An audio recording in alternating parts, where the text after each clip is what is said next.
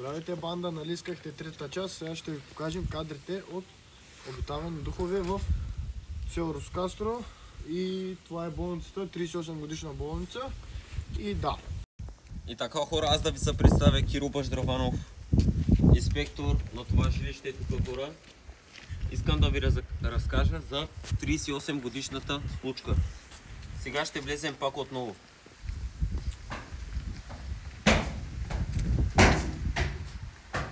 Чувате ли, хора? Дай назад. И сега, хора, да видим има ли нещо вътре или няма. Малко е съмнително да се влиза. Да вляза ли? Колега, според мен не дей влиза. Да влизам ли? Излизам.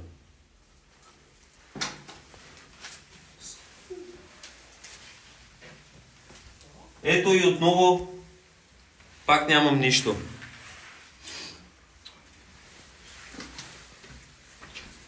И така, хора, продължаваме да разглеждаме следващите стаи.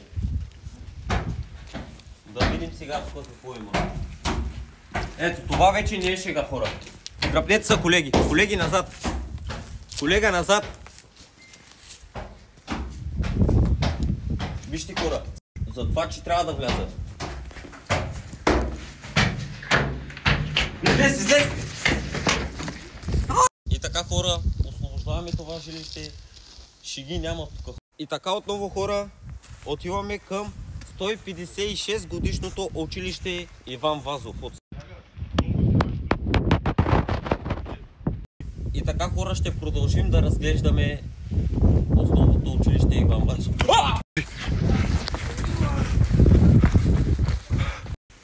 И сега, колеги, отиваме да проверим колегата. Оплаших се много.